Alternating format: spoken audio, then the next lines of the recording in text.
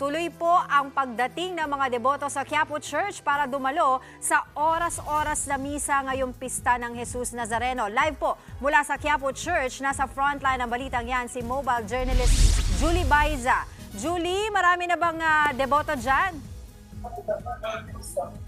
Angela, as of 5:20 AM, umabot na nga sa 11,000 yung mga deboto dito sa paligid ng simbahan. Kaya naman mahigpit yung ginagawang pagbabantay ng mga tauhan ng Philippine National Police. Angela, hindi lang sa paligid ng Quiapo Church ang mahigpit na binabantayan sa ngayon. Kaya sa mga nagbabalak na humabol at pumunta dito, tiyakin po na alam nyo yung mga ruta at mga isinarang kalsada. Mismong tayo kasi hindi nakaligtas sa paglalakad ng around 40 minutes bago tayo nakarating dito sa Quiapo Church. Ang sabi ng mga nakasabay nating deboto, baliwala raw yan sa kanila. Kahit pa marami sa kanila, may edad na at may kasamang bata. Simpleng sakripisyo raw ito para sa pamamanata at sa kanilang mga hiling.